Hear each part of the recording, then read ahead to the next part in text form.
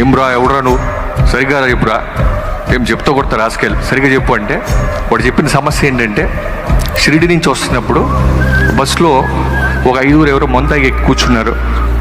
వైఫ్ని ఆడపిల్లలు ఏదో కామెంట్ చేస్తుంటే వాడు కోపం వచ్చి తిట్టేసాడు. ఇప్పుడు వాళ్ళు చేసిన ఛాలెంజ్ ఏంటంటే బస్సులో చాలామంది ఉన్నారా, సనత్ నగర్ రాగానే హైదరాబాద్లో నా కొడుకు నేను కొడతామని వార్నింగ్ ఇచ్చారు అతనికి. ఎవరికి చేయాలో తెలియక డైరెక్ట్ శ్రీహరి గారికి ఫోన్ చేసి ఈ సమస్య చెప్పాడు.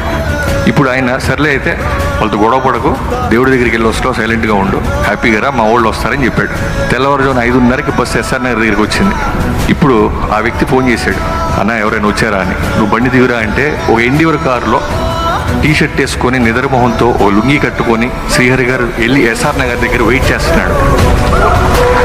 ఇది ప్రపంచంలో కథగా రాస్తే ఎవడైనా నమ్ముతాడా?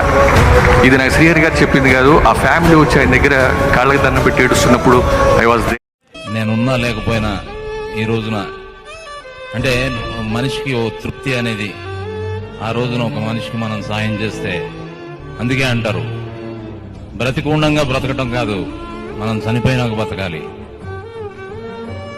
చనిపోయినాక బతకాలంటే మంచి పనులు బ్రతికుండంగా చేయాలి. సో అట్లాంటి పనులు నేను చేశానని నాకు ఆ భగవంతుడు అంత మంచి అదృష్టాన్ని నాకు ఇచ్చాడని నేను అనుకుంటూ ఉంటాను.